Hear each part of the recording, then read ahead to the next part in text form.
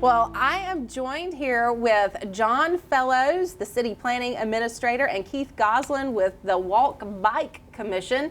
And we are here today to talk about something that everyone should be excited about, the Walk Bike Plan for the City of Columbia.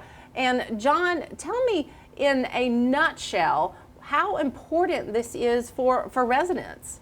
Well, it's really important for residents because it's going to give them better connectivity as it's implemented over the next 10 years in the city. So we have missing gaps in sidewalks. We have some bike lanes, but then they just sort of end. And so we'll really create a network of sidewalks and bike facilities that will connect throughout the city, as well as connect to our transit system. So one of the key elements of the plan was also looking at where our bus routes are so people can actually get to those conveniently also. And you guys have basically started this, I want to say kind of a grassroots effort to get people involved. And Keith, you and I were talking about some of the things that people can see now so they understand what has happened and what's going to take place. Yeah, the mayor and the city council established the bike pet committee about 3 years ago, and we've been working on things like the bike racks that you see throughout town, which are created by a local steelsmith.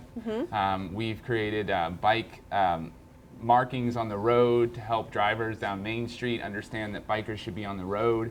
We've done educations on the sidewalks for students from USC going to the hub to try to understand where bikes go and where walkers go. And all that grassroots movement has to continue in coordination with the bicycle plan. And John, last night there was a meeting for the Walk Bike Plan, and one of the things that you guys talked about was the ideas that people had given you, and then how you were going to take those and implement those with the ideas that the city has originated. So tell us a little bit about the grand plan and what is next. Well, the plan really looks at pedestrians as well as the cyclists, as I mentioned. The cycling component of it actually looks at it as a tiered hierarchy of infrastructure and elements. So all the way from just your regular residential street to maybe a residential street has a bike boulevard, which is basically signage, a few little markings, all the way to what is bike lanes that people might be familiar with, as well as cycle tracks, trails, side paths. So there's a whole hierarchy system.